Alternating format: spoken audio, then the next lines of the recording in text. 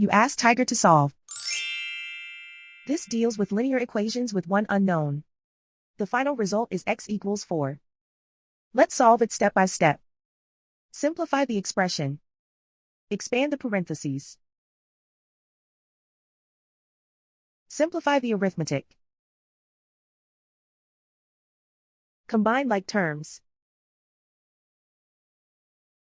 Group all constants on the right side of the equation. Add 100 to both sides. Simplify the arithmetic.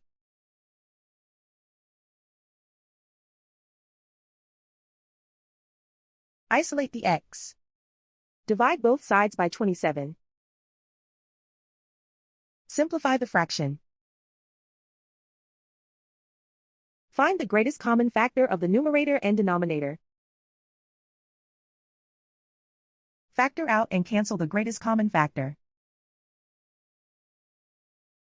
And so the final result is x equals 4.